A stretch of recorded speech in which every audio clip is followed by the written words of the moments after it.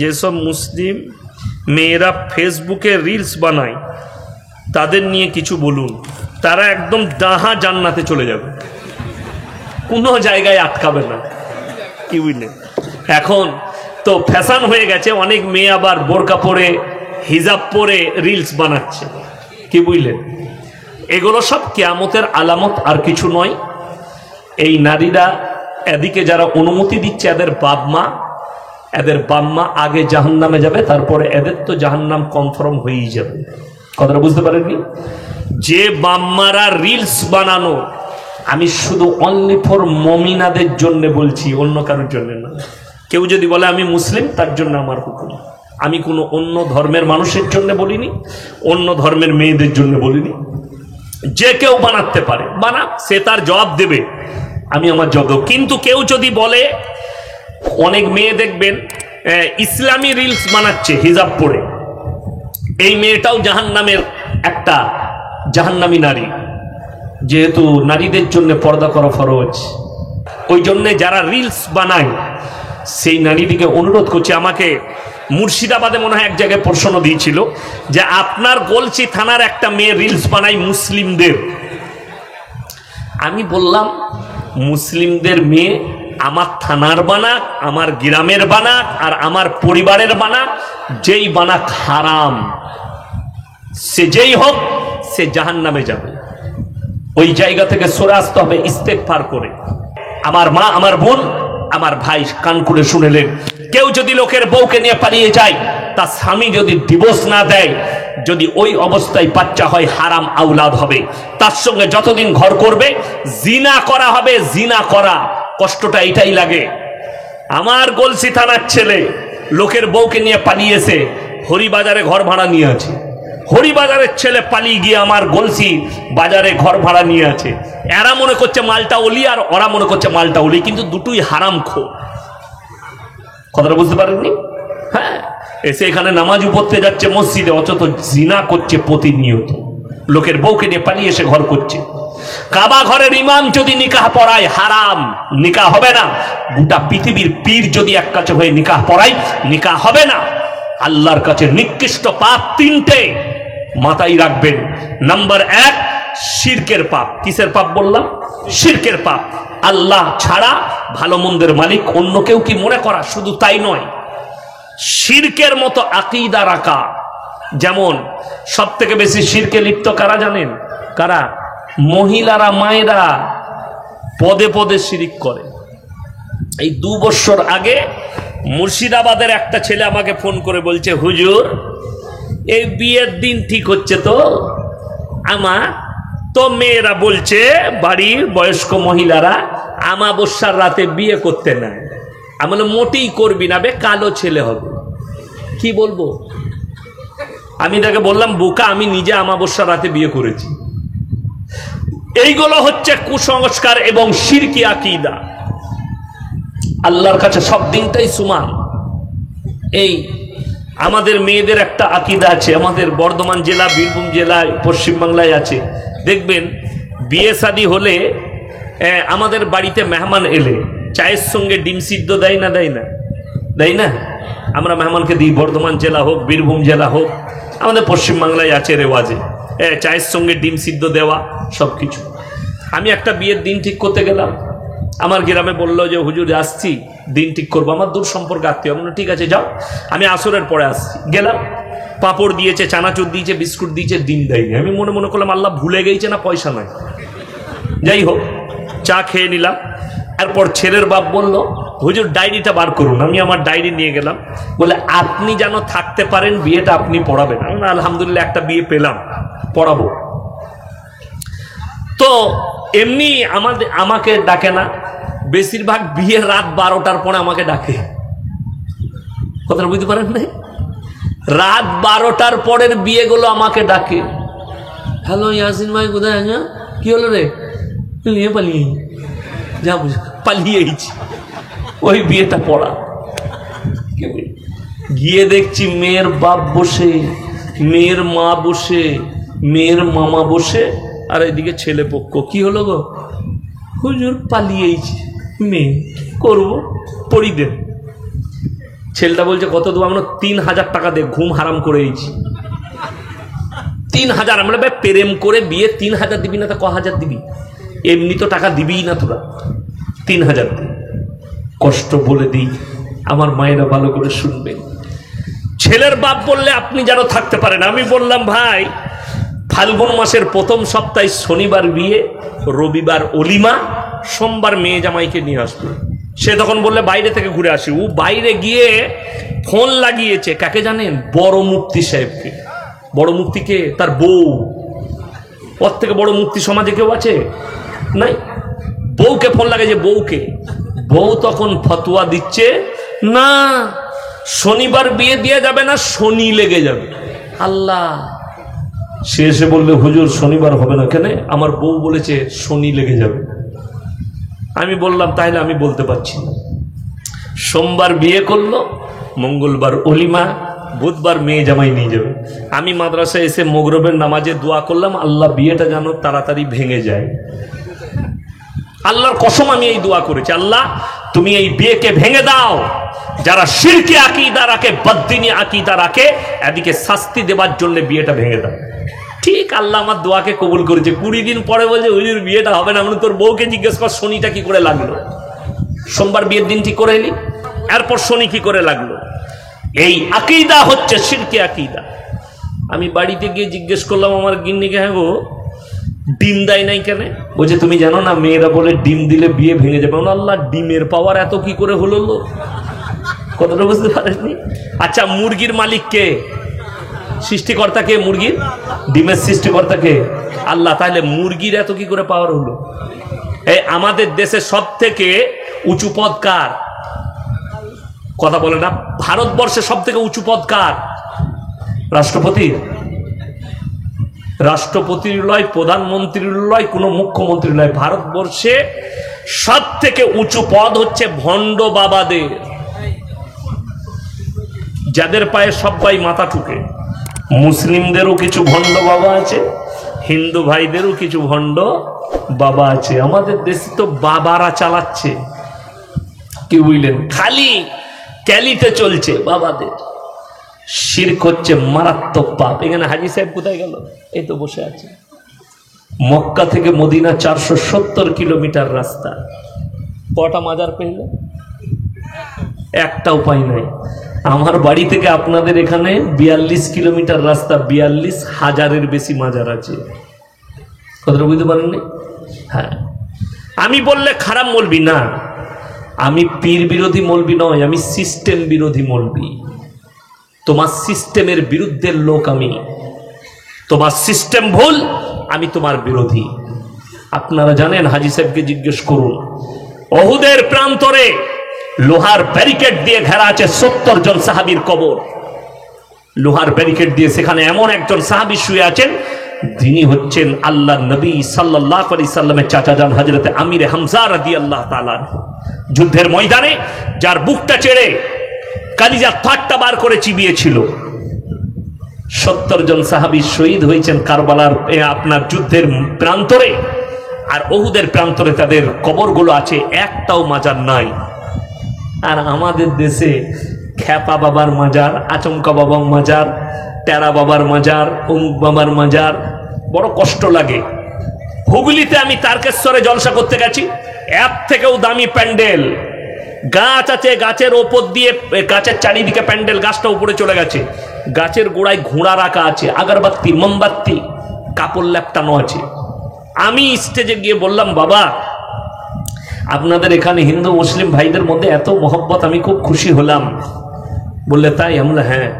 এই যে এখানে হিন্দু ভাইরা পুজো পাঠ করার, তোমরা এখানে জলসা করছো, একই পাশাপাশি স্টেজ। বললে না, ওটা আমাদেরই। আমরা তোরা কি করিস বে? বলে বুড়ো পীর সাহেব আছে। ভেবে দেখুন, আপনি অবাক হবেন। আমাদের দেশে হিন্দু ভাইরা তাদের ধর্ম পালন করে, একটা মূর্তির পুজো করে। ওই হারামখোর মুসলিম বলে ওটা শিরক। ওটা যদি শিরক হয়, তুমি ঘোড়ার সামনে সিজদা করলে ওটা কি হবে? মাটির ঘোড়াতে সিজদা করছে, মাটির ঘোড়ার সামনে। শুনে রেখে দেন, আল্লাহর যে ক্ষমতা, সে ক্ষমতা পৃথিবীতে আর কারো আছে? এইটা হচ্ছে শিরকে আকীদা। যদি বলেন দলিল দেন, কোরআন 17 পারা, কত পারা বললাম? 17 পারা একবারই শেষ পৃষ্ঠা, শেষ রুকু। যাদের বাড়িতে মানে কোরআন আছে আমাকে গালি দেওয়ার আগে খুলবেন। তারপরে হাজি সাহেব কটা চাদর চড়িয়েছিলেন ইতাই নবীজির মাজারে? চাদর চড়ানোর কোনো সওয়ালই নেই। আল্লাহর রসুলের কবরে চাদর চড়ানো নেই। পৃথিবীর আর কোনো মৌলবি মোল্লা পীর ফকিরের কবরের জন্য জায়েজ হবে না। আল্লাহ রসুলের কবরে সিজদা নেই। পৃথিবীর আর কোনো মৌলবি মোল্লা পীর ফকিরের জন্য কবরে সিজদা চলবে না। আমার ফতোয়া নয়, দুজনের প্রসিদ্ধ, দুজনের ফতোয়া বলে দিচ্ছি। ফুরফুরা শরীফের ফুরফুরার দাদা হুজুর পীর কেবলা রহমতুল্লাহ আলাইহির ফতোয়াই লেখা আছে ওসিয়ত নামায়, মেয়েদের মাজারে যাওয়া হারাম। ওই জন্য 21, 22, 23 3 দিন যে ইসালে সব হয় ফুরফুরাই, ওখানে মেয়েদের এন্ট্রি নেই। নাম্বার 2, যারা নিজেদিকে সুন্নি বলছে বেরেলভি ভাই, তাদের সব থেকে বড় মৌলবি আহমদ রাজা বেরেলভি, ফতোয়ায়ে রিজভিয়া খণ্ড নম্বর 24 পৃষ্ঠা নম্বর 497, করাচিতে ছাপা হয়েছে। সেখানে লেখা আছে মেয়েদের মাজারে যাওয়া তো দূরের কথা, নিয়ত করাটাও হারাম। এটা আমি আমাদের কোনো মৌলবীর কথা বললাম না, আমি দুটো দলিলই দিলাম অন্য আকীদার মৌলবীর। আমার মুসলমান ভাই ভালো করে শুনে নেবেন, আমার মায়েরা, খুব এখানে লোক মারা যায় না, যায় না? মারা যায়। আচ্ছা, স্বামী মারা গেলে স্ত্রী যাই তো কবরস্থানে? কথা বলেন, যেতে পাবে? যেতে পাবে না। বাম মারা গেলে বিটি যায় কবরস্থানে? যেতে পাবে না। বাম মরে গেলে বিটি যেতে পাবে না। স্বামী মারা গেলে স্ত্রী যেতে পাবে না। ইয়াসিন মারা গেছে আমার কবরে, তোমার বউ কি করে যাবে? এই কথা বুঝাতে পারলাম আমি? চলুন কোরআন খুলেন। ইয়া আইয়ুহান নাসু যুরিবা মাসালুন ফাসতামিউ লা ইন্নাল্লাযীনা তাদউনা মিন দুনিল্লাহি লা ইয়াখলুকু দুবাবান ওয়ালা বিজতামাউ লা ওয়া ইয়াসলুবুহুমুদ দুবাবু শাইআন লা ইয়াস্তানকিদুহু মিন। হে আমার নবী, পৃথিবীর মানুষকে বলে দাও, তোমরা শোনো, হে পৃথিবীর মানুষ, তোমরা যাদের কাছে ভালো মন্দ চাও তাদেরকে জিজ্ঞেস করো, তারা একটা মাছি পর্যন্ত সৃষ্টি করতে পারে না। মাছি সৃষ্টি অনেক দূরের কথা, তাদের প্লেট থেকে যদি মাছি কোনো জিনিস ছিনিয়ে নিয়ে যায়, সেটা উদ্ধার করার মতো ক্ষমতা নেই। যে গাছটার সামনে সিজদা করছেন, ঝড় দিলে গাছটা ভেঙে পড়ে যাবে, তাইলে আপনাকে খুঁজতে হবে এই গাছটার মালিক কে আছে, সে তাহলে সব থেকে শক্তিশালী। অথচ আপনি ওই গাছটাকে মালিক ভেবে গাছটার কাছ থেকে ভালো মন্দ চাইছেন। আমার ভাই, নামাজের পাটিতে আল্লাহর কাছে চাও। আল্লাহ ছাড়া ভালো মন্দ, কল্যাণ অকল্যাণের মালিক পৃথিবীতে আর কেউ আছে? নেই। দ্বিতীয় নম্বর মারাত্মক পাপ, এটা যারা বেটার বাপ আছেন, বিটির বাপ আছেন, যাদের বিয়ে হয়েছে, যাদের হয়নি, তারা সকলে শুনবেন, নারী পুরুষ উভয়ের জন্য। ওয়ালা তাকতুলু আওলাদাকুম খাশিয়াতা ইমলাক নাহনু নারযুকুহুম ওয়া ইয়াকুম। হে আমার নবী, বলে দাও, তোমরা দরিদ্রতার ভয়ে, খাওয়াবার ভয়ে তোমাদের সন্তানকে কতল করো না। পেটে বাচ্চা এসছে, একটা বাচ্চা আছে, গরিব মানুষ, আর একটা পেটে বাচ্চা আছে। আমি গতকালকেই দেখছিলাম মোবাইলে যে একজন মানুষ, সেটা মুসলিম না অমুসলিম অতটা দেখিনি, তাকে পুলিশ অ্যারেস্ট করেছে। কেন?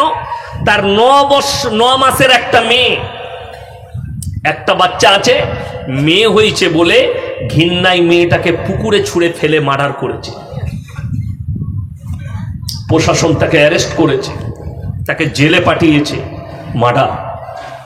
প্রত্যেকটা ডাক্তারের চেম্বারে লেখা আছে, গাইনিক ডাক্তারের চেম্বারে, এখানে বাচ্চা নষ্ট করা হয় না।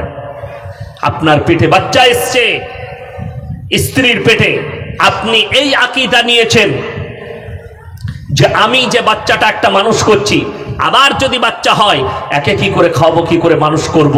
তুমি যদি তাহাজ্জুদ গুজার হও, তারপরও তোমার ঈমান কমজোর, তারপরও তোমার ঈমান নেই, জেনে রেখে দিবে তোমার ঈমান। ওই জন্য বলেছি, মাথা ঠুকার নাম ঈমান নয়, আল্লাহর প্রতি বিশ্বাস এবং আল্লাহর দেওয়া সমস্ত আহকামকে বিশ্বাস করার নাম হচ্ছে ঈমান। মাথা তো সবাই ঠুকে নিতে পারে, কিন্তু আপনি আকীদা রেখেছেন আমার ছেলেটাকে কি করে মানুষ করব, আপনার আকীদা শেষ। আপনাকে বিশ্বাস, রুজির মালিক সকলে বলুন কে? আল্লাহ। যে আসছে তার রুজিকে মাপবেন আল্লাহ। যে সমস্ত মা বাপ পেটের বাচ্চা নষ্ট করেছেন, আর মনে মনে ভাবছেন এই বাচ্চাটা নদ নদী নালায় পৌঁছে গেছে, রক্ত পানি করে পায়খানার চেম্বারে নেমে গেছে, আমার প্রস্রাবের রাস্তা দিয়ে পানি হয়ে নেমে গেছে, রক্ত হয়ে নেমে গেছে, কেউ জানতে পারেনি, আমার পরিবার জানে না, আমার বাম্মা জানে না, কেউ জানে না, আত্মীয় স্বজন জানে না, আমরা খালি স্বামী স্ত্রী। আল্লাহর কসম করে বলছি, যদি তোমার এই আকীদা হয়, পৃথিবীর কেউ জানে না। আল্লাহ কোরআনে বললেন সূরা আল ইমরান প্রথম পৃষ্ঠা, ইন্নাল্লাহা লা ইয়াখফা আলাইহি শাইউন ফিল আরদি ওয়ালা ফিস সামা, আসমান আর জমিনের মধ্যে যা কিছু আছে কোন জিনিসটা আমার আল্লাহর কাছে গোপন নেই। বেঈমান কাফেররা আল্লাহর রাসূলকে প্রশ্ন করেছিল, এ আল্লাহর রাসূল, হে আল্লাহর নবী, আপনি তো মানুষকে ভীত কঙ্কিত করছেন, আপনি বলছেন মানুষকে আল্লাহ দাঁড় করাবেন, তাহলে কি করে দাঁড় করাবেন? আমরা মাটির সাথে মিশে যাই, ছাই হয়ে যাই, পানির সাথে মিশে যাই, আল্লাহ কেমন করে দাঁড় করাবেন? আমার আল্লাহ তাআলা উত্তর দিলেন, আল্লাহ নিজে উত্তর দিয়েছেন, হে নবী শোনাও। আল্লাহ কসম খেলেন কোরআনে সূরা কিয়ামায়, লা উকসিমু বিয়াউমিল কিয়ামা, আমি কসম খাচ্ছি কিয়ামতের দিনের, ওয়ালা উকসিমু বিন নাফসিল লাওয়ামা, আর আমি কসম খাচ্ছি ওই সমস্ত আত্মার যারা বলে আয়াহসাবুল ইনসানু আল্লাহ নাজমা ইদামা, আমরা মিটে যাওয়ার পরে আল্লাহ পুনরায় কেমন করে দাঁড় করাবেন?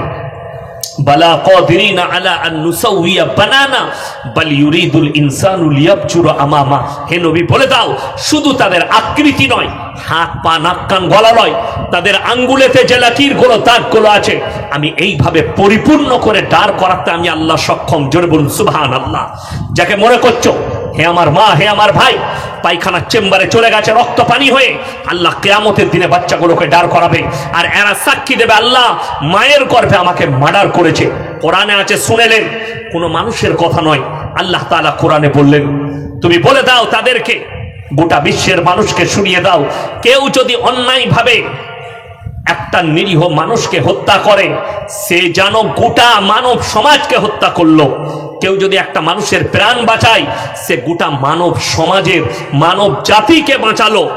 এটা আল্লাহর কোরআন, আল্লাহর হুকুম। এখানে আল্লাহ কোনো ধর্ম মেনশন করেননি, কোন ধর্মের কথা বলেননি, আল্লাহ খালি মানুষের কথা বলেছেন। আরে আপনি জানেনই না, যদি আমার বয়ান কোনো হিন্দু ভাই শুনেন, দলিত ভাই শুনেন, আদিবাসী ভাই শুনেন, কালকে আমি যেখানে জলসা করেছি বাঁকুড়া ডিস্ট্রিক্টে, সেখানে 500 ঘর, সব চারিদিকে হিন্দু ভাই, 25 ঘর খালি মুসলিম। প্যান্ডেলওয়ালা এত সুন্দর লাইটিং করেছে, বলেছে পয়সা লাগবে না, জলসা করবি। সেখানে তারাও চাঁদা দিয়েছে। খানা হয়েছে কি? মুরগির মাংস, আলু পোস্ত, ডাল ভাত, সকলকে খাওয়াবে। আমি কালকে বক্তা ছিলাম, কাল আমি শুনিয়েছি, ওয়ালা তাসুব্বুল্লাযীনা ইয়াদউনা মিন দুনিল্লাহ ফায়াসুব্বুল্লাহ আদওয়াম বিগাইরি ইলম। তোমরা তাদের দেবদেবীকে, তাদের ধর্মকে গালি দিও না, অজ্ঞাত অবস্থায় সে তোমার আল্লাহকে গালি দিলে তোমার ক্ষতি হবে। এটা কোরআন, আল্লাহ নিষেধ করেছে, কারুর দেবদেবীকে, কারুর ধর্মকে গালি দিও না, সে অজ্ঞাত অবস্থায় তোমার আল্লাহকে গালি দিলে তোমার ক্ষতি হবে। ওই জন্য আমার মুসলমান ভাই, আমার মা বোন, তুমি যে বাচ্চাটাকে ধ্বংস করেছো, মার্ডার করেছো, আল্লাহ কিয়ামতের দিনে দাঁড় করাবে। ইমাম বুখারী রাহমাতুল্লাহ আলাইহি বুখারী শরীফের মধ্যে আর ব্যাখ্যা এনেছেন যে সে যারা এই কাজ, এই পাপ করেছে, তারা আল্লাহর কাছে ক্ষমা চাইবে, এরপর ক্ষমাটা আল্লাহর ইখতিয়ারে, এর জন্য ক্ষমার রাস্তা হাদিসে কোরআনে কোথাও নেই। তার মানে ক্ষমা হবে কিনা আমার আল্লাহ জানেন। তৃতীয় নম্বর পাপটা, ওয়ালা তাকরাবুজ জিনা ইন্নাহু কানা ফাহিশা ওয়া সা সাবিলা।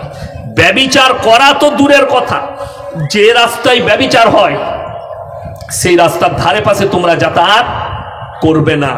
আমার মায়ের ভালো করে শুনবেন, কোন ইমাম বুখারী রাহমাতুল্লাহ আলাইহি বুখারী শরীফের মধ্যে এর ব্যাখ্যা এনেছেন, এত সুন্দরভাবে লিখেছেন, আপনি অবাক হবেন। যদি কোন রাষ্ট্র ইসলামী শাসন হয়, কোরআনের যদি শাসন হয় সেই রাষ্ট্রে, আর সেই জায়গায় যদি কোনো বিবাহিত মহিলা, বিবাহিত পুরুষ, যদিও আমরা ভারতবর্ষে বাস করছি, এই দেশটা সেকুলার দেশ, এখানে কোর্ট আছে, বিচার ব্যবস্থা আছে, প্রশাসন আছে। কোন যদি বিবাহিত মহিলা আর বিবাহিত পুরুষ তারা যদি পরকীয়া করে, আর যদি কোরআনের শাসন হয়, ইসলামী রাষ্ট্র হয়, তাদের জন্য শাস্তি তলোয়ার দিয়ে মুন্ডুচ্ছেদ নয়, তাদেরকে মাঝ রাস্তায় রেখে, জনসমক্ষে রেখে পাথর মেরে মেরে কষ্ট দিয়ে হত্যা করতে হবে।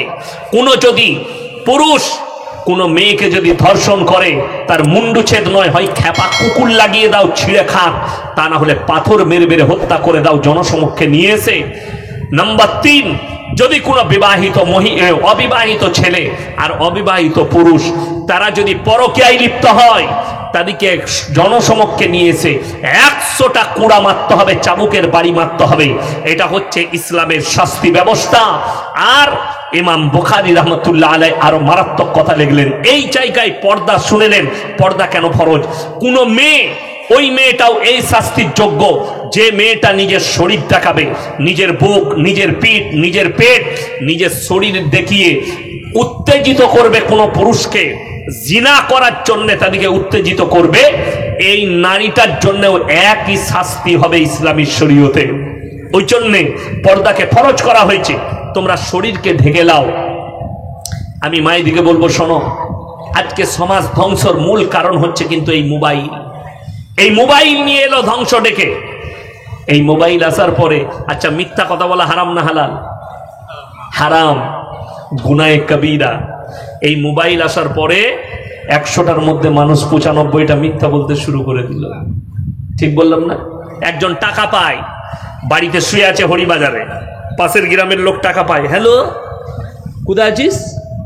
আছে ঘরে। আমি তো না, আমি কলকাতা চলে গেছি। যা বুঝে কর, ঘরে শুয়ে আছে মা। টাকা পায় বলে একদম খাঁটি মিথ্যা কথা, ভরি ভরি মিথ্যা কথা। অথচ ইসলামে আছে মিথ্যা কথা বলা গুনায়ে কবিরা, হারাম। মিথ্যা কথা বলা যাবে না। আপনি সত্য কথা বলুন। সত্যর জয় আছে, মিথ্যার কিন্তু জয় নাই। সত্যর জিত আছে, মিথ্যার জিত নেই। আপনার সাময়িক মনে হবে মিথ্যা কথা বলা। আজকে তো শুনেলেন, যারা আমার বাপের বয়সী আছে, হাজী সাহেব জানবেন, যারা বাপের বয়সী আমার আছেন তারা জানবে, এমন একটা সময় ছিল ইনাদের বাপ দাদর কালটা, লোকে মিথ্যা কথা বলতো না ভয়ে, গুনাহ হবে বলে। আজকে লোকে সত্য কথা বলতে ভয় খায়, কেউ কলারটা টিপে ধরবে বলে। কথাটা বুঝতে পারেননি? কেউ কলারটা টিপে ধরবে বলে আজকে মানুষ সত্য কথা বলতে ভয় খায়। আমার বন্ধুগণ, আমার ভাই, আপনাদেরকে অনুরোধ করছি, প্রত্যেকটা ভাই নিয়ত করলেন আজ থেকে 5 ওয়াক্তের নামাজি হবো। জোরে বলুন ইনশাআল্লাহ। মায়ের দিকে পর্দায় নিয়ে আসো। ওই পুরুষ দাইয়ুস কোনোদিন জান্নাতে প্রবেশ করবে না। দাইয়ুসকে, নিজের বিবিকে, বিটিকে, নিজের স্ত্রীকে, মা বোনকে যারা বেপর্দা করে রাস্তায় বার করে দেয়, তারা হচ্ছে দাইয়ুস। আর এ দাইয়ুস কোনোদিন জান্নাতে প্রবেশ করবে না। আপনি কি মনে করছেন আপনার স্ত্রী বেপর্দা, সে একা জাহান্নামে যাবে? না, সে তার সন্তানকে নিয়ে যাবে, সে তার বেটাকে নিয়ে যাবে, স্বামীকে নিবে, সে তার বাপকে নিবে, তার ভাইকে নিবে। একবারে এতজনকে নিয়ে জাহান্নামে প্রবেশ করবে একটা নারী। সে আল্লাহর কাছে অভিযোগ করবে, আল্লাহ, ইয়া আমার স্বামী জীবনে আমাকে কোনোদিন কি করেনি, দাওয়াত দেয়নি পর্দার, জীবনে আমাকে কোনোদিন নামাজের জন্য দাওয়াত দেয়নি, জীবনে আমাকে কোনোদিন ভালো কাজের দাওয়াত দেয়নি। এই মেয়ে, এই মহিলা তাকে জাহান্নামে টেনে নিয়ে যাবে। ওই জন্য আমার বন্ধুগণ, সকলকে অনুরোধ করব, 5 ওয়াক্তের নামাজি হন। আল্লাহর কাছে কাঁদুন, আল্লাহ তুমি আমাদেরকে নামাজি করো, আল্লাহ দিনদার করো। নিজের ফ্যামিলিতে দিন নিয়ে আসুন, ইসলাম নিয়ে আসুন, বাড়িতে পর্দা নিয়ে আসুন, পর্দার একটা জায়গা নিয়ে আসুন বাড়িতে। মহিলাদিকে আজকে একটা মেয়ে, একটা পরিবার বরকত নাই, তার জন্য আপনি কি খুঁজছেন? তাবিজ খুঁজছেন বরকতের জন্য। তাবিজ নয়, বরকতের জন্য আপনাকে যদি খুঁজতে হয় তাহলে আপনাকে জানতে হবে বরকতের জন্য কি আমলের প্রয়োজন আছে। সর্বপ্রথম আপনার বাড়িতে আপনি নামাজ চালু করুন। যদি আপনার কামায়ে বরকত চান, এশার নামাজের পরে সূরা ওয়াকিয়া তেলাওয়াত করুন। আল্লাহ রসুলের হাদিস, সেই বাড়িতে আল্লাহ কামায়ে বরকত দিবেন যে বাড়িতে প্রত্যেক দিন এশার পরে সূরা ওয়াকিয়া তেলাওয়াত হবে। আপনার কাছে বালা মুসিবত আসছে, আপনি দোয়া ইউনুস পড়ুন, লা ইলাহা ইল্লা আনতা সুবহানাকা ইন্নী কুনতু মিনাজ জালিমিন। নামাজের পরে 100 বার পড়ুন না, দোয়া ইউনুস পড়ুন, সকাল সন্ধ্যা পড়ুন, মায়েরা বাড়িতে পড়ুন, আপনার বালা মুসিবত দূর হবে। কিন্তু বড় কষ্ট লাগে, আপনার বালা মুসিবত এসছে, আপনি হুজুর ঘুরে বেড়াচ্ছেন, কোন হুজুরের তাবিজ আমার বালা মুসিবত দূর হবে? কোন হুজুরের কথাতে দোয়াতে আমার বালা মুসিবত দূর হবে? আরে মূর্খ, আমাদের দোয়াতে, আমাদের তাবিজে যদি বরকত হতো, বড় লোক আমরা আগে হতাম, তোমরা নয়। তাবিজ তো আমাদের কাছে, আমাদের তাবিজে বালা মুসিবত দূর হলে গোটা দেশটাকে বালা মুসিবতে ডুবিয়ে দিতাম তাবিজ মেরে। তোমাদের হুঁশ নেই? না, বড় কষ্ট লাগে। না, তাবিজের ওপরে নয়, আপনি ভরসা করুন আল্লাহর ওপরে।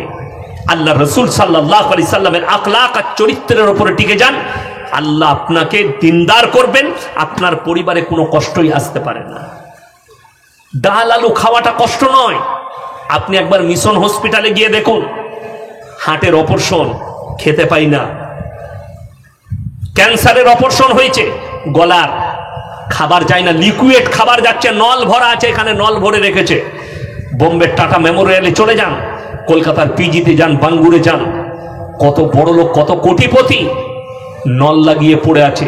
আর আপনি চাষিবাসী লোক, আপনি বাড়িতে বসে দুটি খানা খাচ্ছেন, স্ত্রীর সঙ্গে একই